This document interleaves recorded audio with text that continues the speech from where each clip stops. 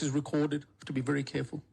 So this is recorded, so I have to be very careful. But he still can't help it. This guy is telling him, hey, brother, don't blow the cover. We need these useful idiots for a few more years before we go all in. Brother, it's too soon. Look at this. Proudly covered up. Look at her. What a disgrace. What a disgrace. Look, she's even standing behind him. You know, women have to stand behind men in Islam. Look at him. Even he's taking a step back. All right, people. Sorry about the shades and the hat. My conjunctivitis has moved from my left eye to my right eye. Don't worry, it's absolutely normal. Apparently 90% of the times when you get conjunctivitis in one eye, then it goes to your other eye. Only once your first eye has fully recovered. So my left eye is perfectly normal now, but my red eye is all screwed up. So I thought, why not put some shades on, put a hat on, look a little bit cooler while you can't look into my eyes. Anyway, so Anthony Albanese, just 2 days after getting humiliated by the Australian Muslim community, and it wasn't just a couple of hecklers, because we saw Muslims from all over the world, including from Australia, praising the men who heckled Anthony Albanese. So Anthony Albanese, being as shameless as he is, he tried to hide behind the nicest multicultural community of Australia, which is the Vietnamese community, and tried to double down on his message. Have a listen. We need to be vigilant. There are some, including some in political life, want to turn back the clock to an Australia that is no longer who we are. And we need to call out. He's saying that Australia that was predominantly culturally homogenous, yes, it also looked ethnically homogenous too, but that's not the bigger point, because there are some communities that have come to Australia and have perfectly integrated into it. But we cannot use them as an example to cover the bad behavior of some other communities who are making it absolutely clear that they have no intentions of integrating. So he's hiding behind the good multicultural communities that have done well and integrated into the mainstream Australian community. Those people, and we need to continue to cherish our diversity as a strength for our nation, which it is. How shameless is he? He just got humiliated by the Muslim community. And it's not only just Australia. Anyone who's slightly knowledgeable about this topic, just have to look at my videos. And it's not just my videos. A lot of people are now starting to talk about it. There's one community that always stands out. The fact that people have come from all over the world, and there is no better example than the Vietnamese community. That's correct. The Vietnamese community, despite having some problems when they initially moved in the 90s, a generation or two later, they have fully integrated. They love Australia. And here's a question. The United States bombed Vietnam, killed a lot of Vietnamese people. Australia joined that war, and it was a very unpopular war here in Australia. So because of Australia's close proximity to Vietnam, a lot of Vietnamese people came to Australia as well. Here's a question for you. How come we didn't see any reprisals or revenge attacks from the Vietnamese community towards Australia? They could have also said that, hey, you used to bomb our country. You killed so many of our people. That's why it's time for payback. Because that's what Muslims tell us all the time. They say, well, you bomb Muslim countries. That's why we're doing what we're doing. And we're like, hang on a second. We bombed your regime. We went to war with your regime because your regimes were enemies of the West. But in exchange, we were so kind that we said, you know what? You can come to our countries. You can be a part of our country. These cockatoos are going absolutely insane if you can hear them. So why is it the Vietnamese community did not behave like the Muslim community? Because that is a perfect example of integration. And by the way, those Vietnamese who moved to Australia, they were actually on the West side. That's the reason why. So Anthony Albanese used that example. And as you guys know, he's been simping. He's been bending over backwards to this aggressive, hostile community who doesn't like Australia. Actually, let me show you another one of their proud achievements over the weekend. Have a look at this. As you guys know, Muslims were just celebrating Eid. And look what happened, of all places, in Western Sydney, where we find a lot of these people. Good evening. 3 people are in hospital, one with stab wounds after a family gathering erupted at Marylands. It was meant to be a celebration at the end of Ramadan, but a fight over food triggered a massive brawl. The fought over food. I want that naan. This is my naan. No, you get your own naan. No, I want that biryani. No, we don't have enough biryani. And boom, out come the knives. Stabby, stabby. What the heck? A proud example of diversity is our strength. From family gathering to near-fatal food fight.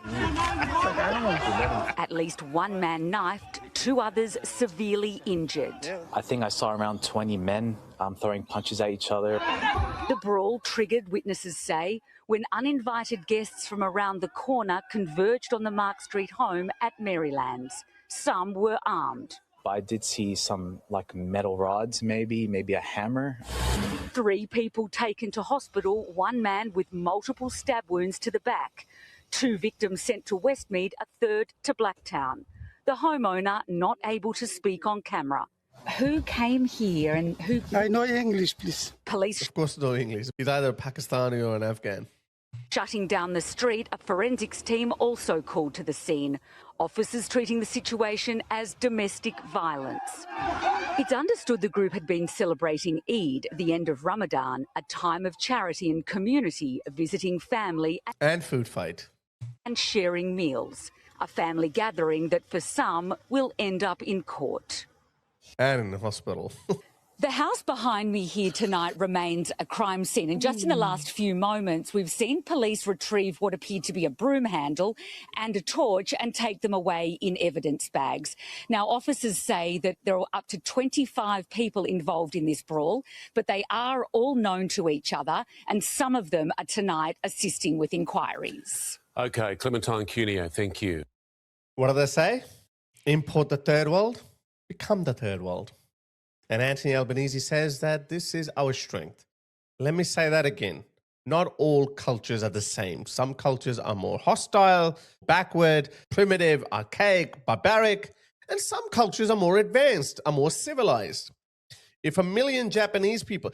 Actually, I always give this example. Did you know in the last 5 years alone, nearly 200,000 Hong Kongers have moved to the UK? 200,000. This is one of the biggest community shifts in recent memory. But have you heard of any social disruption by any Hong Konger in the UK? You hear a lot about the Muslim community. We've heard a lot about the Syrians and the Libyans, you know, the post-Arab Spring world. We've seen a lot of that. But we haven't heard anything about the Hong Kongers. That goes back to my original point. Some cultures are more advanced, more civilized. They're better suited to integrating. And then there is the Islamic community. You can't make this up. The data doesn't lie. So Anthony Albanese has been bending over backwards, simping for these people, allowing them to do whatever they want to do on our streets, chanting horrible slogans like globalize the Intifada, gas the Jews, waving Hezbollah and Hamas flags, supporting the IRGC, mourning the death of Khamenei, a brutal tyrant who killed 30 to 40,000 of his own people. And above all, he even recognized the state of Palestine, which attracted appreciation from none other than Hamas itself. So despite all of that, I got to play it to you again. This is what happened to him. Boo Tony Black! Boo! What are you doing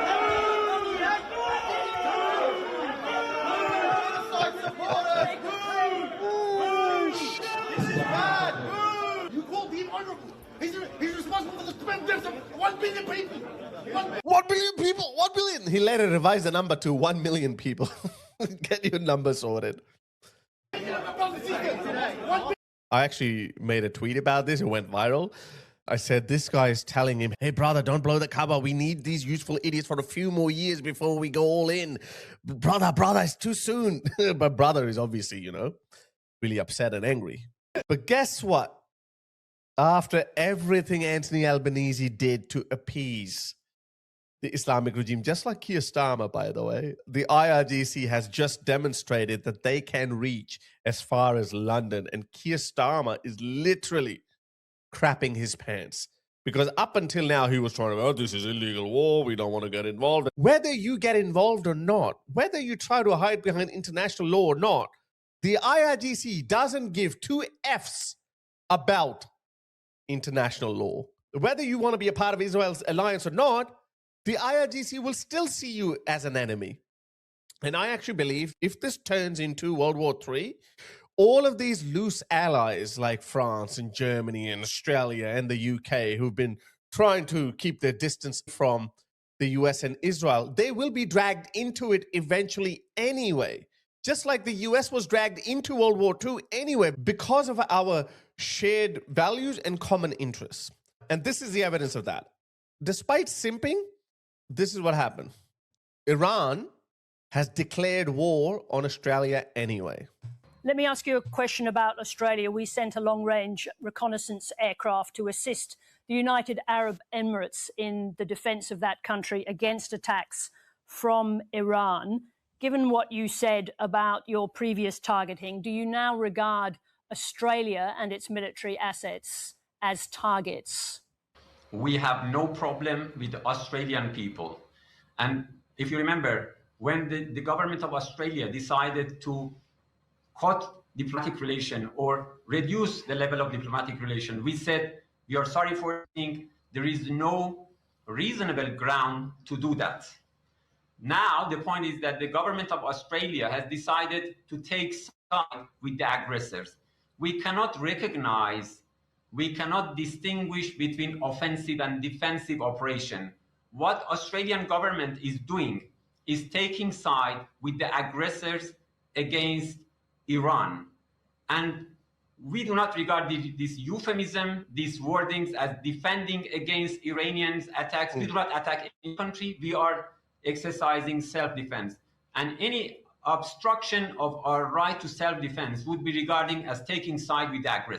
There you go. Whether you try to say, hey, look, Iran, we're not going to attack you. We're just going to defend our allies. So please don't attack us, okay? We're not being part of the US and Israel's alliance against you. Please, please, please don't do it. And they're like, bugger off. We can't distinguish between your defensive and offensive operation. Even if you defend your allies who we have declared war on, i.e. the Persian Gulf countries, we're going to see you as an enemy too, and we're going to go after you. And Anthony Albanese is like, uh-oh. You can't make a deal with the devil. You just can't. You can't go 50-50. And this is why I'm saying this prime minister is the worst prime minister. And guess what? This is the worst time to have the worst prime minister in history. Our economy is going down. They're actually preparing us for a total economic collapse, and now they're blaming the war. Now, I know that's going to play a role. We learned nothing from COVID crisis. Australia is such a huge country. We have a landmass twice the size of Western Europe. And guess what? We can only have 1 month's supply of oil. Let me give you one more example of how much this government has been bending over backwards for this community. Look at this. This is Australia's Assistant Multicultural Minister, Julian Hill MP. Look at him. Look at this. Proudly covered up. Look at her. What a disgrace. What a disgrace. Look, she's even standing behind him. You know, women have to stand behind men in Islam. Look at him. Even he's taking a step back. And look how proudly he's sitting there. Do you want to know the character of this person? Just last month, he said the Jews are the biggest enemies of Islam. Forget about applying those hate speech laws that have been hastily concocted for people like you and me. Instead of applying those hate speech laws on him, they actually go and take photos with them. Have a listen to what he has to say. Now, I ask you, who were the greatest enemies of the Prophet of Allah throughout his entire life? Which nation? Still today, he's smirking. He knows, like, oh, I should be saying it, but I'm just going to quickly say it. So they weren't just the enemy of Muhammad. And by the way, they were enemies of Muhammad because they used to ask him theological questions. They were massacred by Muhammad. Jews never massacred Muslims. Never. There's not a single war, there's not a single battle where the Jews massacred Muslims. It's always the other way around. Muhammad kept accusing them, oh, you sided with the enemy, or you remain neutral, you didn't come to our rescue, blah, blah, blah. And then he always attacked them and massacred them.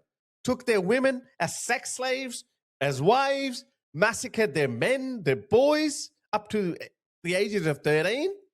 And he has the audacity to say that they were the enemy. Yeah, they had theological questions. Of course they're going to ask you questions. They were steadfast in their belief. They didn't believe in the claim of your prophet's prophethood. Look at this. He goes, still, they're the biggest enemy. And our assistant multicultural minister goes to him and takes photos with him. Yahud, right? Yahud. This is recorded, to be very careful. So this is recorded, so I have to be very careful. But he still can't help it. Look at this. Still, Yahud, right? So this is recorded, to be very careful. So the Yahud. They know what they're doing. They know what they're saying. They're taking you for a mug. They're literally fooling us. Yahud were the greatest enemies of the Prophet of Allah. Still. They gave the hardest time to the Prophet of Allah. I want you to remember this. They gave the hardest time to the Nabi of Allah. Who? The Yahud. How?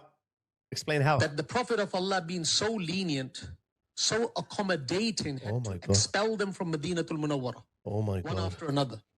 So by the battle of... We can easily turn this around and we can say that you have been such a biggest enemy of Australia. We've witnessed so many terrorist attacks. All terrorist-related fatalities have come from Muslims. You've annoyed us so much, so we have to expel you from Australia. Now, of course, that would horrify a lot of people. Fair enough, because we don't live in those medieval times.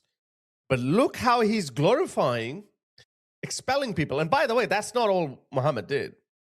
There's a battle of Banu Qurayza. There's a battle of Khaybar. Muhammad absolutely massacred Jews.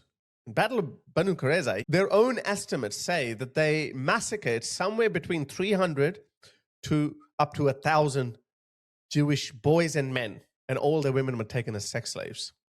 And as he said, this is recorded, so I have to be careful. So they can say these things when they're being careful, when they're being recorded.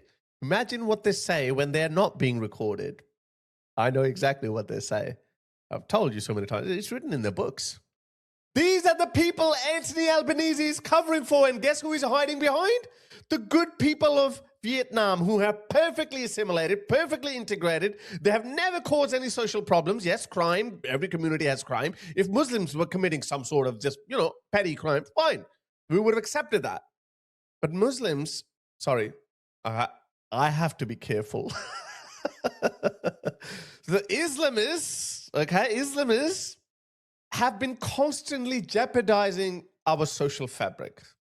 The Vietnamese people haven't been doing that. And I think the Vietnamese community should come out and say, whoa, why are you comparing us with them? We've never tried to impose our cultural norms onto you. We haven't said that we want to replace Australian law with whatever Vietnamese Buddhist law. I don't know. I'm a bit ignorant on their culture. Vietnam is an interesting country. I mean, they fought capitalism only to become a capitalist society. So they are a capitalist society now. But anyway, different point. So I reckon the Vietnamese community should protest and say, hey, don't try to hide behind us. I've said it so many times before. There's so many other good communities who've done well. They have integrated well. That doesn't mean all cultures are the same. You can't bring in people from, sorry to say, aggressive, hostile, medieval societies and expect them to integrate and behave like modern, westernized people. We can't expect that. But Anthony Albanese doesn't understand that, so there is a bit of hope. I don't think we'll have a sweeping change in the next general election. I don't know. Because we're not as bad as the UK, I reckon we're going to waste at least 2 more elections before we try to fix ourselves. This nonsense that you're looking at is going to get worse. Write it down, put it on a piece of paper, and mail it to yourself and date it to 2029. It's not going to get better. I don't think we're going to have a hard-right political party in power for another 2 elections.